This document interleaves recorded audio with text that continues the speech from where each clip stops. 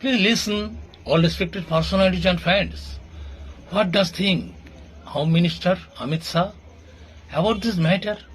Why all BJP leaders have live complained against CM Mamata Banerjee of West Bengal?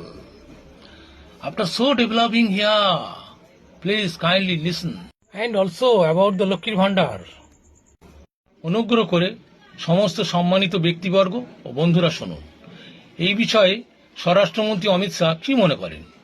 কেন পশ্চিমবঙ্গের BJP নেতারা পাগলের মতো পশ্চিমবঙ্গে এত উন্নয়নের পরও পশ্চিমবঙ্গের মুখ্যমন্ত্রী মমতা ব্যানার্জির বিরুদ্ধে এইভাবে লাগাতার আন্দোলন করছে বা মিথ্যাচার চালাচ্ছে কেন? সেই সাথে লক্ষ্মীর ভান্ডার বন্ধ নিয়ে যে মিথ্যা অভিযোগ চালাচ্ছে শুনুন সবাই দয়া করে।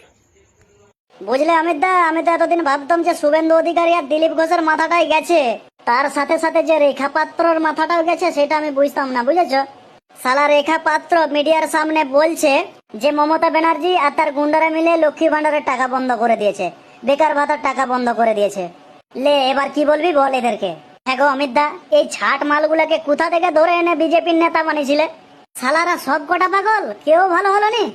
বুঝলেন রেখা ম্যাডাম, একটু পাড়ায় পাড়ায় অন্তত খবর নিয়ে দেখুন যে লক্ষ্মী ভান্ডারের টাকা ঢুকছে না ঢুকেনি, বেকার ভাতার টাকা পাচ্ছে না পায়নি। মিডিয়ার সামনে আবল তাবল বকলে হবে? বাংলার মানুষ কি বোকাচোদা?